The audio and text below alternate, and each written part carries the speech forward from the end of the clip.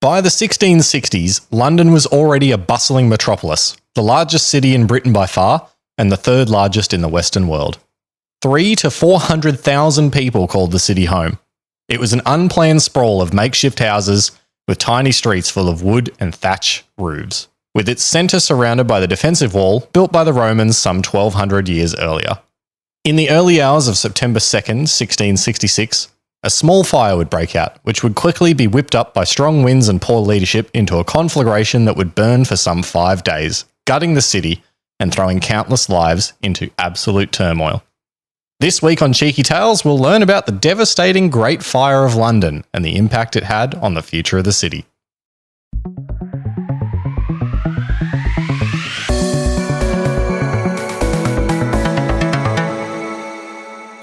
What is it with you and themes?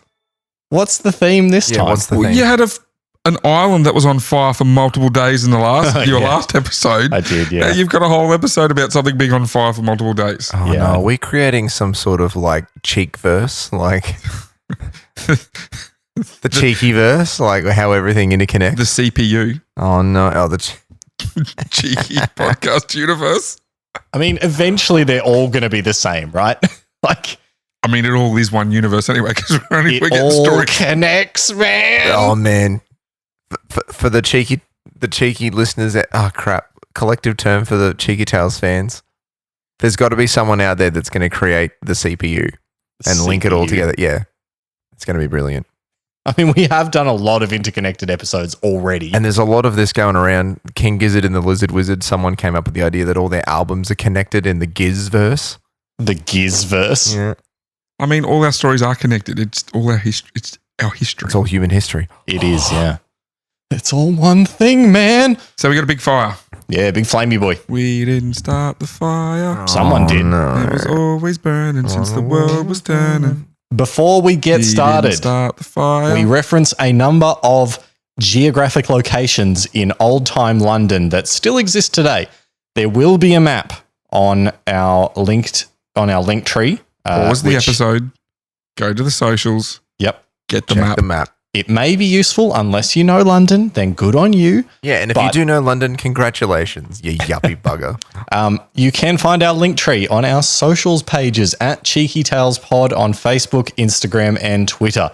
Go there, have a look at some images that we post for every episode, and go to the link tree to find any interesting references that we tell you will be on the link tree. This is the time that every listener that has ever lived in London for 2 weeks is going to start bragging to their friends about the time they lived in London. I was in London I was and in I London. saw the monument. Oh, you haven't been to Berlin? Oh, yes. So speaking of the map, Yep. most important question, Yes. where is Hatton Garden? Hatton Yes! Garden. You will need to quickly Google that. The CPU!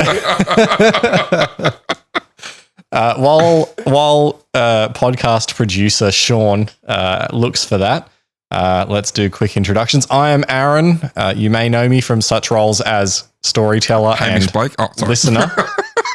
And that voice saying the thing that everyone says when they hear me recorded is John. This week, the listener extraordinaire. You may also know him as storyteller. Because there's two roles on this episode that we alternate. That we alternate, but there's 3 roles now. I mean, Sean's done it too. He's got 4 episodes in a row now. He's on a hot streak. Yeah. Oh, yeah. Hot in the CPU. Hot boys. Hot boys. That was a thing Hot for a boy while. summer. That was a thing for a while. Oh, man, Hatton Garden Doing it is so for the close. boys. I like that song. Bit of the moist boys at the moment. It's a bit warm in here. Whoa. Bit warm in here, isn't it? Oh, okay, that's what you mean. Hatton Garden is so close. Is it? It's nearly in it. Nice. It's nearly in it by like a couple of blocks, if that. There you go. A couple of blocks away from today's story. So let's get into it. Jack the Ripper Museum. Hey. Museum for a man they never caught. Hey. There's a lot of that may become an episode. McDonald's. We've already talked about Jack the Ripper in the medley of madness. Yeah, we did, but we haven't done a whole episode yet. Oh, CPU. He's Oh. in podcast ideas. Tell you what, if I eventually get to London, I'm going to Ye Old Cheshire Cheese. Not again. Again, that is Sean taking a drink of beer. That is not Sean taking a hit on a bong and then coughing. Blaze it. All right, let's hit my first podcast topic title. Paternoster Chop House.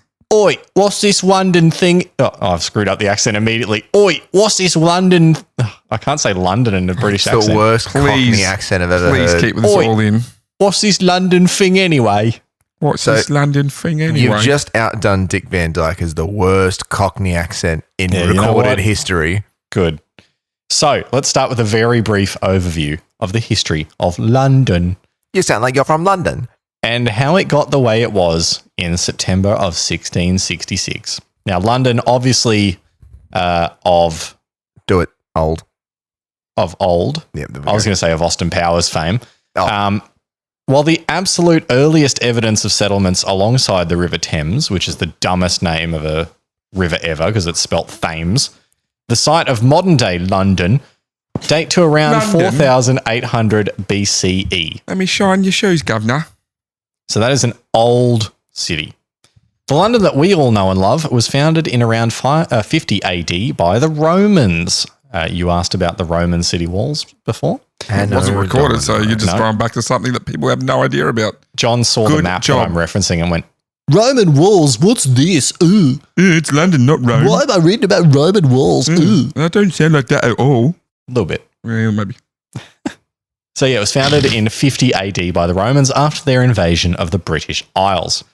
After the Roman civilization collapsed like a popped airbed in the 5th century, the city was basically abandoned. Yeah, I forgot I wrote that. The city was basically abandoned until the Vikings had gone away. And I need the a West pun. Saxons had refounded the city in 886. Yeah, we haven't had a pun for a few weeks. Yeah, you keep forgetting to do it. I keep doing it. Well, for last episode, let's retrospectively say, boy, plug in the cartridge and let's go.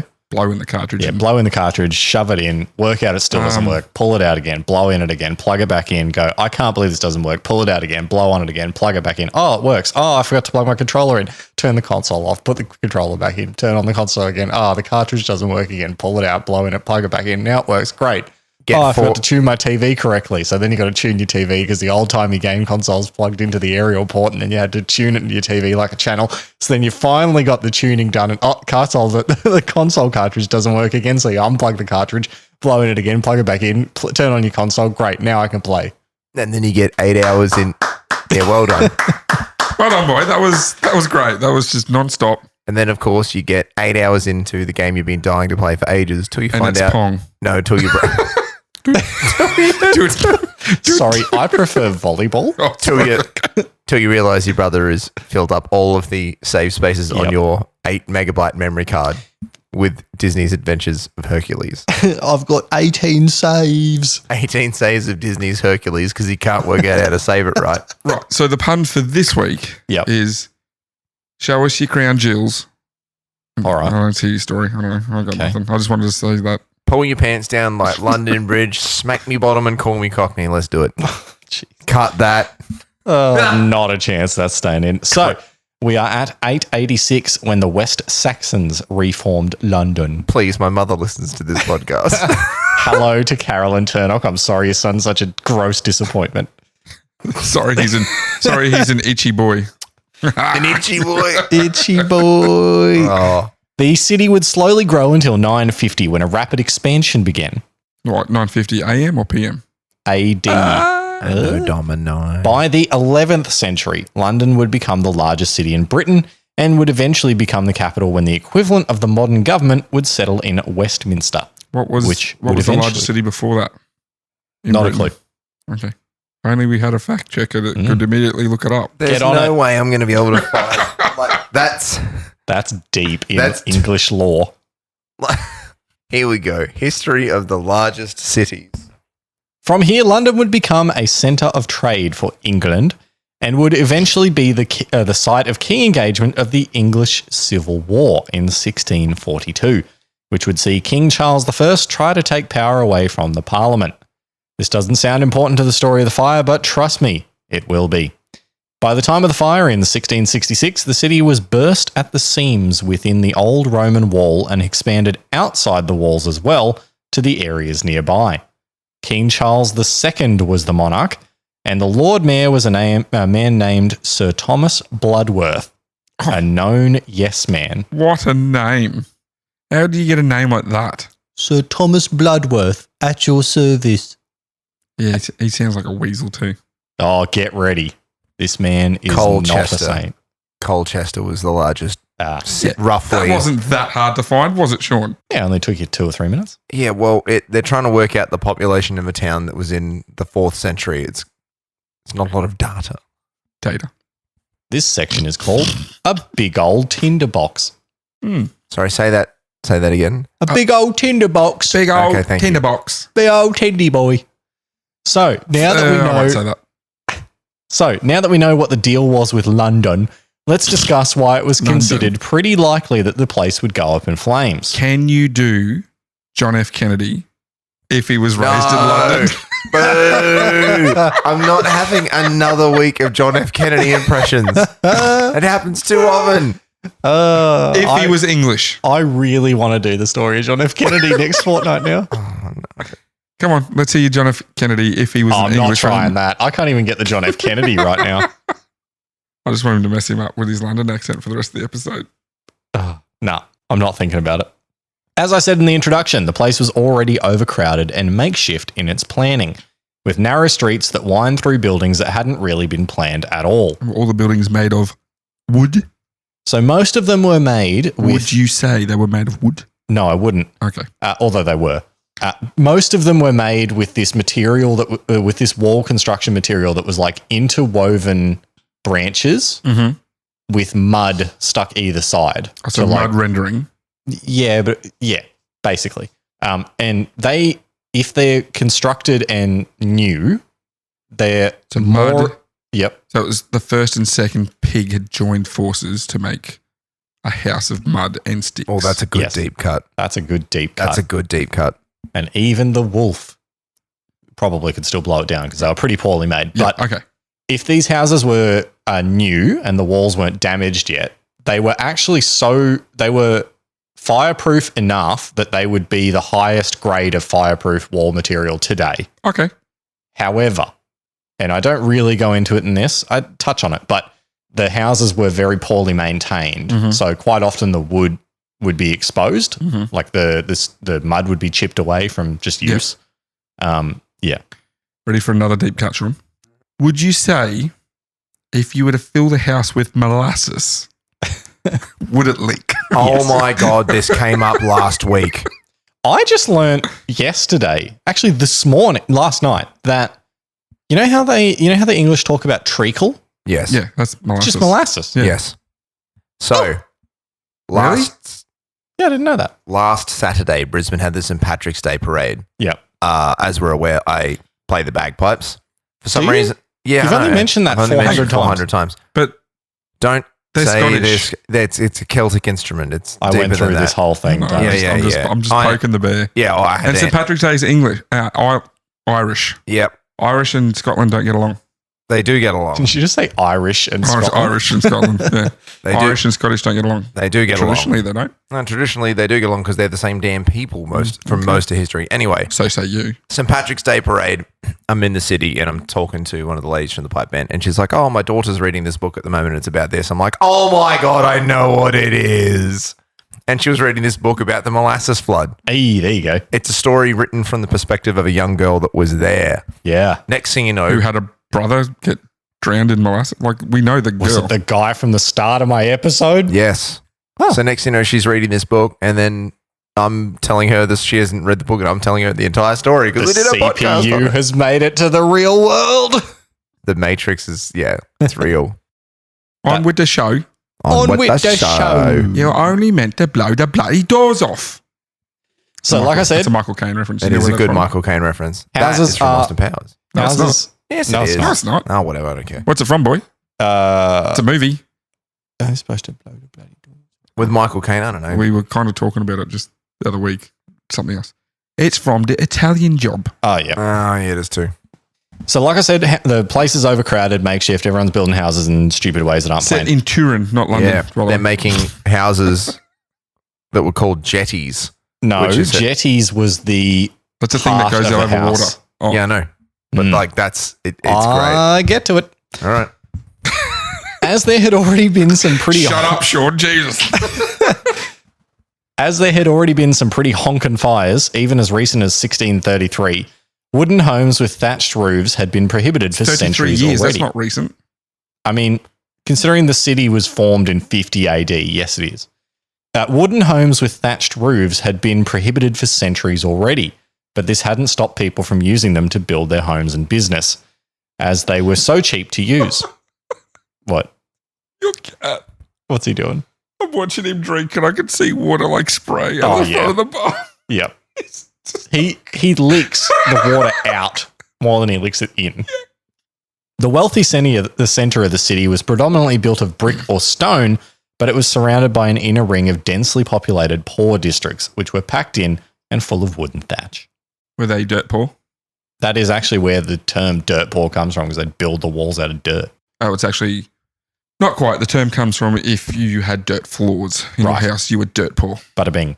Touching on the narrowness of the streets, Sean, this is your moment. This was made worse by the technique of building houses with jetties. These were upper floors that jutted out further into the street than the lower floor. Oh, so a veranda. Not really. Picture No. the whole house being wider. Okay. Picture the So a cartoon. Queenslander. Picture an upside down pyramid. Yeah. It's what like a traditional Queenslander's made like. When you picture like cartoon descriptions and drawings of like sort of houses, how old they school always houses, go. Yeah. Top heavy. The Weasley's house from Yeah. Harry Potter. So the upper floors jutted out further into the street than the lower floor, which on the upper stories of homes would get so close they practically touched. So you could like shake hands with your neighbour through your upper window. Gross. This would obviously make it much easier for fire to spread between buildings, which was why King Charles II made a proclamation in 1661 forbidding buildings to be constructed this way. He was consequently ignored by the population, who kept building them this way, and so in 1665, he would authorise imprisonment of builders who ignore the proclamation and the destruction of buildings that didn't comply. Yeah, that's a bit rough. Oh, Again, he was straight up ignored by the population, and they continued building them this way. he was also a garbage king from memory. King Charles II wasn't too bad at this time. He was king for 3 years. No, he was for much longer than that. King Charles II. King Charles II was the king of Scotland from 64 to 51, king of England, Scotland, and Ireland until his death in 1685. Must be thinking of Charles I. Yeah. What Charles are we at now? Is it the third? He is Charles III, yes. Yeah. Yeah. So you Is, think the last one was in 1660 something? No, Charles. When this episode comes out, it's only about 4 weeks till the coronation. There you go. Down by the riverfront, things started to get even more bonkers dangerous. I should say bonkers dangerous. While the river would provide plenty of water for firefighting should there be a fire and give people the chance to jump on a boat to run away or float away, there was the little problem of people using their combustible materials to build their homes and storehouses while also storing wooden barrels of black powder Oh, or gunpowder. So not only were the houses basically little bonfires waiting to spark, but they were full of barrels of literal gunpowder as well. they were just explosives. And let's not forget the Tower of London, which also had 500 to 600 tons of gunpowder stored inside as well. If you reference the map, the Tower of London is on the end of the Roman wall, on the eastern side. The last factor that would contribute to the worst fire plan in history was the old Roman walls themselves. They surrounded the city and would restrict entry and exit to just 8 narrow gates. As you can imagine, choke points like that would start to cause a bit of trouble should there be a need to get out of the city, which you can imagine is going to be a theme during this episode. Seems like a bit of a bottleneck. Yes, absolute choke point. How did they fight fires back then anyway? You With might be their wondering, fists. hey, With their fists. come here, cop this. Come here, I'm gonna headbutt you. It's okay, Governor, I'll punch the fire out. Oh, my fist. What were the soccer hooligans like back then? The football hooligans. Did football exist? I don't know. Sean, when did football start? Lord, man. How did they fight fires back then anyway? Tell me about the history of the oldest sport that anyone bloody knows about. Real tennis. With water. With the throwback episodes tonight. Yeah. It's a deep cut Monday. CPU. How does a whole city catch on fire anyway? No, you might be football thinking. was not around. With Sorry. fire, with lightning, No. with Where were the firefighters? firefighters didn't exist. Yes, they did. Probably a good time to touch on how fires were fought in these times. Sure. As you might imagine, with the way I've described the houses being built, it was pretty common for fires to break out. I'm going to say they used water bombers. No. They strapped buckets to birds. Fly over the houses. That's another deep cut. Okay, Instead of sending the birds in to put things on fire. I didn't write it in the episode, and we can decide to cut it if you wish. But So is cut it or keep it? This is a cut it or keep it. There are accounts of people viewing the fire, and they're like, I didn't understand what the pigeons were doing. So people had pigeons that they kept for food, Mm-hmm. and they were like, the pigeons would stay on the house until it was on fire, and they would stay so long until their wings started burning. Then they would try and take off, and then their wings would burn, and then they'd fall back down into the fire and die. And they were like, what are they doing? Why aren't they just flying away? What's going on? No one knows why they did it. The rat of the sky, pigeons. Not the first time we've had flaming birds on this podcast. Not the first time, but it might be the last after that absolute flop. Cut it. It was pretty common for fires to break out, as I said. It was our job to make a joke about it, Sean. So Nah, we failed. And so there were roughly 1,000 bellmen. was that when KFC was invented? Oh, now we can keep it. Boo. KFP. Kensington fried pigeon. Circle. It should have been FFP, flaming fried pigeon, Flaming fried pigeon. Yeah. flaming flying pigeon. Flying, falling, flaming pigeon. This all I've got to eat, sir. Please, sir, can I have some more? So there were roughly 1,000 bellmen who would wander the streets at night looking for fires. This is Bellmen or an bellends? actual job. Oh. They would literally just walk around the streets looking for fires. Yeah. And if they saw one, they'd raise the alarm through They'd yell muffled fire. rings of the church bells. So they'd go up and just like, dung, dung, dung, dung, dung, dung. This would then draw Did they the not want attention to of wake anyone locals. up? Pretty Is that why much. they're muffling it? Yeah. It seems dumb. It would draw the attention of locals who cared enough to come and fight the fire, Oh. who would then use the twin prongs of water and demolition to fight the fire. Cool. So just whatever's on fire, knock it down, make a barrier so it can't spread and let it burn itself out. Pretty much, yeah. For water, they would use leather buckets with bucket lines, taking water from the nearest pipe or the river up to the fire, and then using ladders to get up high on the building and yeet the water on the flames. When things got a bit more extreme, they would demolish buildings in the fire's path with axes and fire hooks, which are these like big sticks with a hook on them. They just like grab part of the building and reef it down. Doesn't seem very structurally sound. No, because that's what, like, they were just able to pull houses That's down. what I mean. That's not strong. As a carpenter, Yeah. be able to pull your house down with a stick and a hook. No wonder the pig could blow them down, hey? Could you imagine if I just rocked up to your house, Just pull the wall off. stick and a hook, and just The whole rip thing it just apart? fell in. Like, boy, why? That begs the all right. question, how many of these houses got knocked over by someone just falling out of bed? Oh, or just drunk. Yeah, like just stumbling into the wall. Guys that had had a little bit too much of Kensington fried pigeon and got a little bit heavy. Oh, I'm so chubby. I mean, you see the stories of night of like people driving into someone's land. Yeah. It's not someone driving into your house and you're losing a wall. It's someone, It's someone stumbling leaning home against from it for a the pub second. and your house collapses. Yeah. Gets to a summer day and the mud starts to get a little bit soft and you're like, ooh. Just get a bit sweaty and lean up against the wall, fall through it. It just starts wobbling like jelly. So yeah, they would demolish these houses that were downwind of the fire to create fire breaks and try and contain it that way. And it had been very effective in previous fires. How can a stick? Yeah, some of the paintings of it are pretty funny. It's just like a bunch of guys with these long sticks, just like, ugh. There was also a system of pipes that supplied water to 30,000 homes that could be plumbed. Sorry, not 30,000. It's 30,000 over the total of London, not just London. That will make sense later. Sure. So they could be plumbed into with a hose to spray on the fire or to fill up buckets. There were also fire engines, which very much surprised me that they would exist back then. However, these were not as useful as the ones we know today. Often they didn't have hoses, just spouts, and only some were on wheels. Many of them were built on sleds that had to be dragged to the fire and then dragged to a water source and then dragged to the fire. I was going to say, is it just like a horse with a cart and, like your hand pump? It does type of seem things, like with it was with a hose that went down to the water and you just hand pump the it did water out. kind of seem that way. During the Great Fire, many had to be dragged down to the banks of the River Thames, where they would then fall into the river, being completely useless. So, Good job, 1666 people. yeah, I know, right? Like, oh, I've got this fire engine. It'll be good to put out this big fire. Oh, shit, it fell in the river. Most of them didn't have wheels. Yeah. He did say that. Yeah. So they just drag them about. I just had you see like viral videos of people reversing boats into the straight in. Just like that. Same as that. Whoops. All right.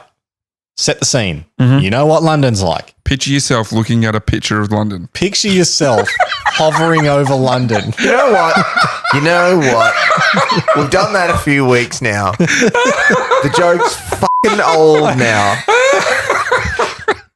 Picture yourself listening to this podcast, watching a map of London. They are currently picturing themselves listening to us looking at a map of London. So yourself. Oh, jeez. You have to get the beat button ready, boy. Jeez. Oh, sure. Once again, Sean, I think we're going to have to get a new producer. This one's getting once again, fiery. I request the use. Thank you. I request the use of the sound bite of beep to cover my own swear words. Thank you. I'll cover it. It's all good. With We got my- to keep that PG rating. With my own noise though, Oh, because it adds extra editing for you, and I know. it's so annoying when you do that. Just I'm not cut going it to and do use that. your own. Yeah.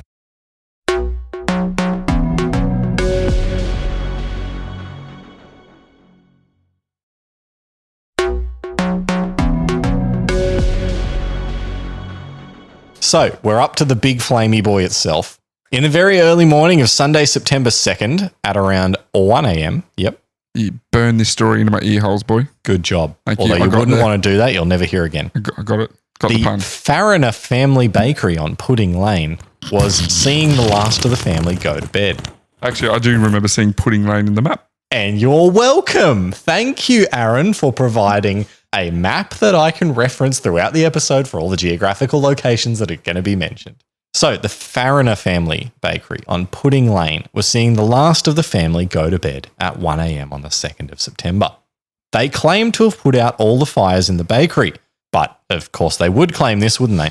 While it's impossible to say for sure, it's most likely that a stray ember from the bakery ovens would ignite the twigs stored there for lighting fires. Where's the bakery? On Pudding Lane. Because I've got Bread Street. Do Do you actually? Yeah, Bread Street. Is this modern map? No, this is the map you've provided, Bread Street. Well, zoom out. You should be able to see Pudding Lane. You got Bread Street, which is adjacent to Milk Street and Wood Street.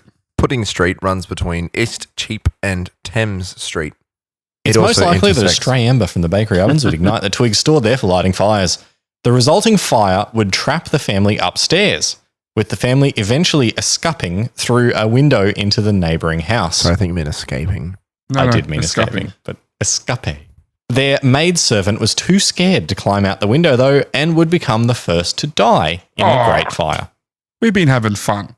Come on. Think about that. So while the nearby families would try to douse the fire, they wouldn't make much headway, and the local police Get your would hooks and decide, sticks out, guys. Get your hooks and sticks. Literally, the local police would decide that the neighbours' homes would need to be demolished to stop the fire. I still can't get over that. As you can imagine, they didn't like that idea. Was there a name for the hook and stick? Like Just called a fire hook. Yeah. That's it.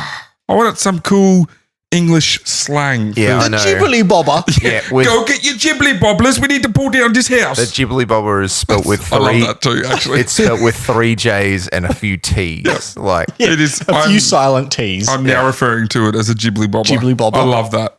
As you can imagine, the neighbours didn't like that idea, No. and so the Lord Mayor had to be summoned to make his No, decision. you can't use my ghibli bobber to pull down my own house. By the time Lord Mayor Sir Thomas Bloodworth arrived, the fire was already burning the neighbours' homes. Bloody So oath. you should have just pulled them down. The fire was starting to creep towards the riverfront, which, as we know, was full of little powder kegs, or quite big powder kegs. Bloodworth would refuse to give his permission to destroy the houses in the area, stating he couldn't get hold of the landowners, and anyway, and this is a direct quote, a woman could piss it out. Oh, okay. He would leave the scene. This moment would go down for many as the moment in which London's fate was sealed. So this guy, who's in control of the whole city, is just like, I don't really want to annoy the rich people that voted me in. So no, I'm not going to pull their houses down. Yeah. They're all rentals. Yeah, they were all rentals. Didn't want to upset the 1500 boomers. Yeah. Yeah. The boomers of London at the time were very powerful. By mid-morning, the fire had already been described as a conflagration. Bet you they had their own ghibli bobbler. With 300 houses already burnt and the fire having made it to the river already. So if you'll reference your map again, Pudding Lane is rather close but not directly on the river. All right, hang on, hold up. I've been singing Penny Lane ever since we first said Pudding Lane. Pudding Lane, you're in my... Yeah, it's great. So I still haven't found it, by the way. Houses built... It's like literally marked as a special place of interest on the map. Just zoom out, you'll see it. Oh, right. Yeah. Of course, that's where I said, because it says source and there's a fire symbol. Yes. Yep. Houses built on London Monument Bridge to were the on Great fire. Fire of London. 311 step, Great Fire of London. Again, houses built on London Bridge were on fire. And people were Houses doing... on London Bridge. Yeah, Yes. London Bridge, another also fascinating story. London Bridge was basically an interconnected series of arches and it was all houses along there. It was insane. That London Bridge is currently, or the contemporary version of that bridge is currently in America. That London Bridge burnt down. No, London Bridge fell down, but that's different. London Bridge is falling down. That London Bridge is actually in America. A guy bought it and thinking he was buying Tower Bridge. No. That's a myth. He knew what he was buying. And people were already doing everything they could to outrun the fire. I just picked up mid-sentence. Yeah, it to the... Before we go, can you add it to the yeah, it's a good one. The bridge. The guy that bought London Bridge. It's a brilliant story. Where do you want me to add it? The LinkedIn, the link tree. Yeah, the link. No, add it to our LinkedIn. No, add it to the podcast ideas.docx. Okay, all right. Podcastideas.docx. So these people were loading their valuables onto boats or into carts, clogging up the waterways, and more importantly, clogging the streets. Those that had seen the fire firsthand were called in to see King Charles II, telling him that unless he were to demand houses be demolished, nothing would stop the fire. So like the old London Bridge kind of looks like just like a single street of Venice. Yeah, pretty much. Because they could only make the arches so big. That's cool. So it was just a big flat road. I did not know that. Yeah. I'm going to have to tell my wife about it. It's fascinating. Charles would decide to command the houses be demolished, and the Royal Lifeguards would be offered to help with the fire. But what did William and Harry say? They were not born. Okay. They would just need to be given permission by the Lord Mayor. More on that absolute buffoon soon. What a tosser. At What the an same absolute time, knobhead. This Bloodsworth seems like a bit of a bell end. He's a bell end. At the same time as this discussion, the winds in London had picked up and were effectively starting to blowtorch the burning buildings. Don't we have one listener from London? He's going to absolutely hate Reese. He's going to hate our accents. I hope he's still listening because I haven't heard from him for a while. Okay. Reese, if you're still listening, please reach out. We'd love to hear from you again. Sure. This episode's for you, Reese. As the fire started to spread even faster, people gave up on their attempts to stop the fire and started to flee the area. Why would you give up? A woman could piss it out. Yeah, apparently. As I said earlier, the streets were crammed with people, and so it was incredibly difficult for the firemen to get anywhere. And even if people wanted to help, they couldn't. People were taking carts full of their valuables to local churches that were out of the way of the fire, staying there to wait out the fire as it ravaged their homes. In the middle of all this, Lord Mayor Sir Thomas Bloodworth was trying to coordinate the firefighting efforts. Oh, so now he's thinking it's a credible threat. Sure. Where he responded to the King's command to demolish buildings by claiming he was pulling them down, but that the fire was overtaking their efforts. In an attempt to defend his dignity and authority, and perhaps in response to the civil war of a few years earlier, he would decline the offer of assistance from the Royal Lifeguards, and then for some reason go home to bed. For those that aren't aware, the Royal Lifeguards are not lifeguards. They don't have caps and They're not awesome wearing ass long sleeve shirts. They're actually GGs. black and just white. they're just the senior unit in the British Army. They're part of the household cavalry. They're just soldiers. They just have a great name. Just to clarify that comment about the Civil War, the Civil War was the London locals and like the people rising up against the monarchy. So it didn't really end in anything happening. French Revolution type thing. Kind of, yeah. But essentially the Lord Mayor didn't want to be seen to be needing the help of the monarch. Mhm. So he was like, no, I don't need you. Go away. We're going to sort this out. We're fine. And then he pisses off to bed. Good job. When King Charles arrived on the scene Bell later end. that day, he would find that no, nobody was demolishing houses after all, despite what the idiot Bloodworth had said, and he would make the call to override the Lord Mayor and demand the demolition of houses west of the fire in the direction of the wind. Can we just talk about how the king arrived?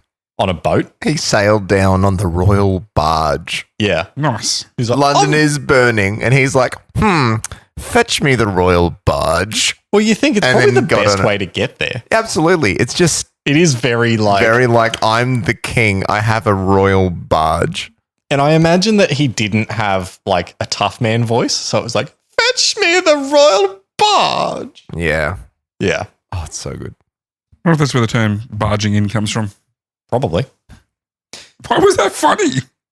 They would need to move Because quickly. it's 10:45. I've got the sillies. Is it 10:45? It's 10:52 actually. Oh my God, let's get this episode going.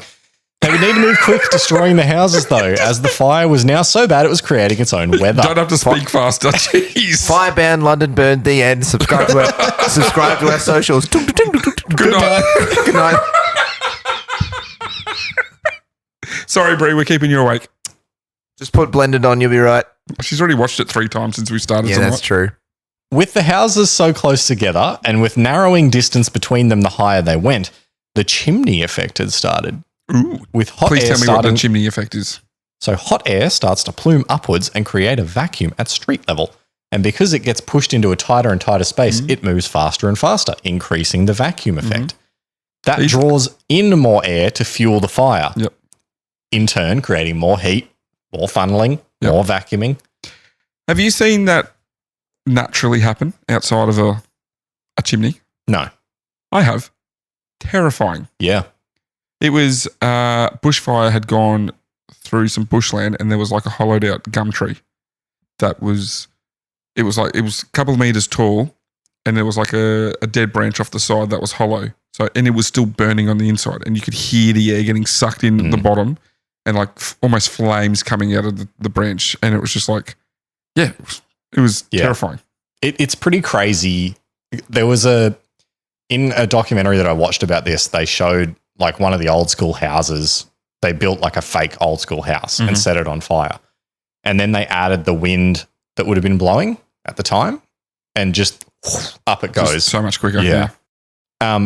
So by Sunday evening, all of these factors had already led to the fire being the worst London had ever seen, having already travelled 500 metres along the riverbank. And it was only just getting started. So it's this Sunday evening. It started Saturday morning, did you say? Saturday night, Sunday morning. Okay, yep. Yeah. So like 1 a.m. Sunday it starts. Yep. By Sunday evening, it's already the biggest there's ever been. Goddamn bakers. A very warm Monday. Monday morning saw the fire moving north and west. The fire had by now damaged the water wheels on London Bridge that fed water into the city's system of pipes, meaning the only source of water would be the river itself. Side note, those pipes were also made of wood, so they burnt as well. Elm. As I said earlier, the fire engines were basically useless at this point, with the streets clogged, many not having wheels, and many being in the river. During Monday, the fire reached the financial heart of the city. As you can imagine, this was a much wealthier area, with buildings made of brick and stone, so should have been much safer. This was not the case though, and they burnt just like the rest. As the flames got close to bankers' homes, there was a rush to get all the gold out of the homes before it could melt. It was at this point people started to be gripped with helplessness, as if the wealthy couldn't be saved, who could? That's a bit sad. Yeah. So yeah, people were like running in, grabbing bags of coins and running out of their burning homes. And yeah, Was it hot enough to melt gold? Yeah. Okay. Touching on the gripping helplessness, as often is the case with situations like this, people started to panic and began to look for scapegoats. As the wind took embers from the flames into other areas... Is the fire still going? Well, who can we blame? Don't worry about putting it out. It's literally day 2 of a 4-day fire. Yeah. As the wind took embers from the flames into other areas and started fires on thatched roofs in untouched areas, people started to suspect that fires were being deliberately lit and that, of course, it must be all the foreigners in the city starting them. Street violence started breaking out, and anyone with even a hint of an air of being a foreigner was set upon. Oh, people are dumb. And it's still continuing today. The city's still burning. And The sudden fear also drove a new market in the city on 1630s. Monday. Porters for hire. As touched on earlier, people were desperate to get their belongings out of the city, and so anyone with a barge, cart, or even just 2 working arms would start to offer their services to save the belongings of those with enough money to hire them. The cost of hiring a cart had been a few shillings before the fire began, but quickly rose to as high as £40, which is the equivalent of £133,000 today, Whoa. which is about $400,000 Wow. Australian. $500,000 Yeah. for a cart. The river was clogged with barges taking belongings to the southern side of the city, and the city's gates were in chaos as people tried to escape to the fields surrounding the city. Things at the gates got so bad that the authorities briefly ordered the gates be shut to try and force citizens to fight the fire rather than escape. Oh, that seems like a bad idea. As you can imagine, this did not go down well, and the gates were reopened soon after. Monday would finally see the beginning of organised action in London, though. The useless Lord Mayor Sir Thomas Bloodworth seemed to have disappeared and left the city. Oh, I was going to say, is he awake? No, he's just pissed off. No accounts of him being anywhere in the city can be found for What Monday. a bell end. Yep. To fill the void, King Charles II had put his brother James, the Duke of York, in charge of firefighting operations. James would set up multiple command posts around the fire, with authority to demolish any homes necessary to create fire breaks. James and the Royal Lifeguards would ride around the city saving foreigners from the citizens who were attempting to kill them as well. Oh, Jesus. And they would win praise from Londoners all over for their continual efforts to save the city from the flames. Good job, James. Tuesday. Tuesday would be the worst day for the fire in terms of property destruction. Most of the city was ablaze or already burnt by the evening of Tuesday, the 4th of September. By mid-morning, it had destroyed the wealthy shopping district. Had destroyed the wealthy shopping district Good job. on Cheapside Street, about 2/3 of the way. Cheapside. Yeah, there's some really Comes dumb. up with these names. There's some really dumb street names in London. Like Like, I don't think it's even Cheapside Street. I think it's just called Cheapside.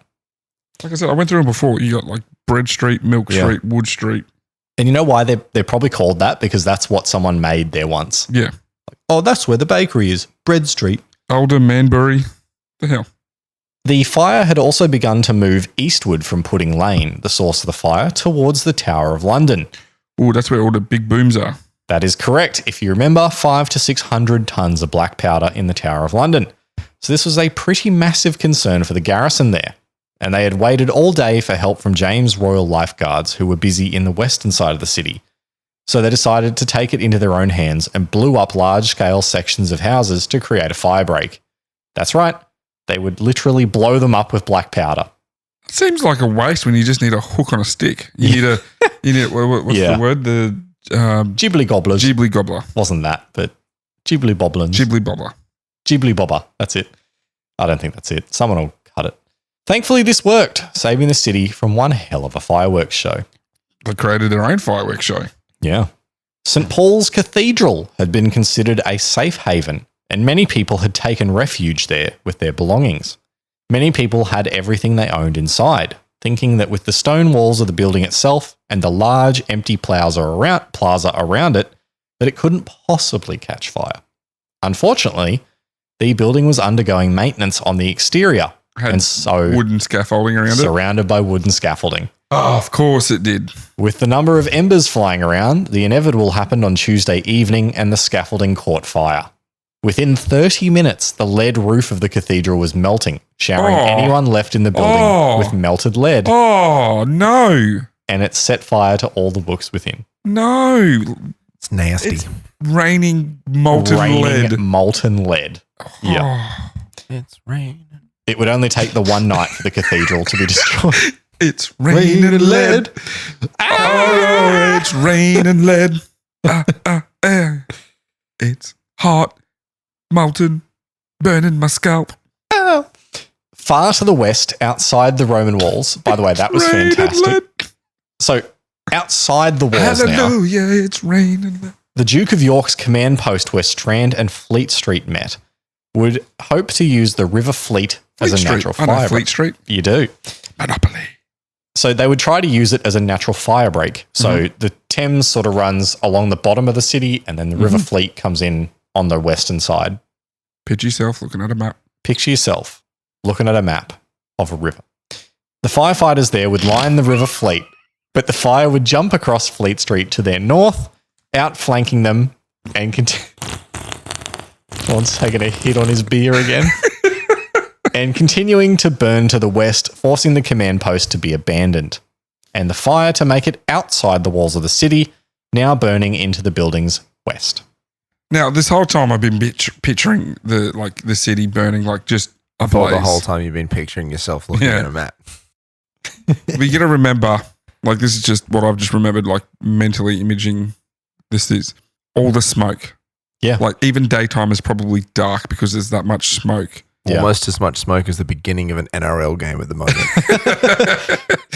And busy, like I think that's the thing I've got to remember. I got to remember is that even like midday, Yeah. it's probably still street level dark because there's just that much smoke. They were saying that for days after the fire, it was too hot to walk on the street. Oh, because just the residual heat. Yeah. And like it's not like starting in the middle and burning out like that. It's like jumping ahead and then burning backwards into itself. Yeah, And right. like, yeah, just because you're not in front of the line of the fire doesn't mean you're about to get like not about to be burnt. Yeah, crazy. So we're up to Wednesday now. Finally, on Wednesday, the 5th of September, the winds would die down, allowing the fire breaks to be effective. While there would still be smaller fires throughout the city, the Great Conflagration had ended. Some coal fires in people's cellars, though, would continue burning for up to 2 months. Well, Many they of those, just had a stockpile of coal in the cellar. well, because that's all they had. Yeah, okay. Yeah. Many of those mad homeless many of those mad homeless, many of those made homeless Oh, by the fires would camp in a large park called Moorfields to the north of the city. Tensions would be high, as you might imagine, and foreigners would continue to be attacked in the camps. it's still on that. With estimates of between 65,000 and 100,000 people homeless due to the fires, you can imagine there was a lot of people to attack. There was also a lot of people to feed, and with food production and distribution severely impacted, King Charles II would fear a rebellion by Londoners against the monarchy. He would announce that bread would be brought in from neighbouring villages daily and that markets would be set up around the perimeter of the city as soon as possible. The fire is said to have destroyed 80% of buildings in medieval London, with 13,000 of them being private homes, with an Wow. estimated value of £9 to £10 million or 1.79 billion in 2021. Wow. That is like 1981 games industry. Aftermath and rebuilding. Yeah. Staggeringly, the official death toll of the fire is ridiculously low. Somewhere between 6 and 10 people are said to have died in the fire. Excuse me? Yes. I thought you were going to say 100. It's because they can get out so fast. All you got to do is just like You pull one You wall can down. just- you just Kool-Aid man at the straight through you the run wall. the wall, just ha! Oh, yeah. Oh yeah! Out you go. Yeah, I'm that so was- sorry. That was a people. blowout. Look at the spike on Yeah. the I'm audio sorry. wave. I'm sorry, Woo! ancient people of London. However, Sorry historians, to the listeners' ears. Come on. Oh yeah. historians debate this to this day, as much of the city was poor and therefore undocumented. All the records were burnt. The fire was also so hot as to completely destroy a body. Some people say that the death toll could be into the thousands. But even with the highest estimates, it's pretty low considering the destruction. The entire city, yeah. 80% of the city gone and maybe a couple thousand people dead. That's sad, and it's a tragedy, It's a travesty. but it's pretty low.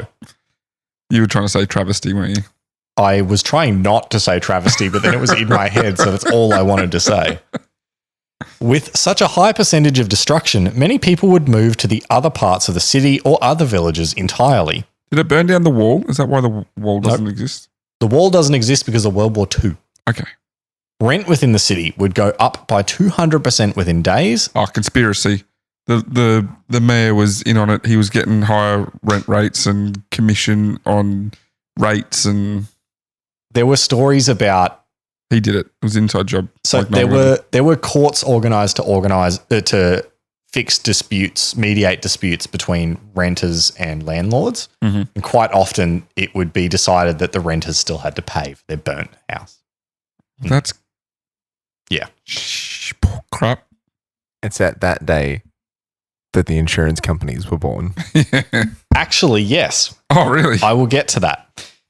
Rent. Sorry. So rent went up to 200%. You are just on it today with getting ahead of the story. That was unintentional. Because he's reading it on the website, right? That was unintentional.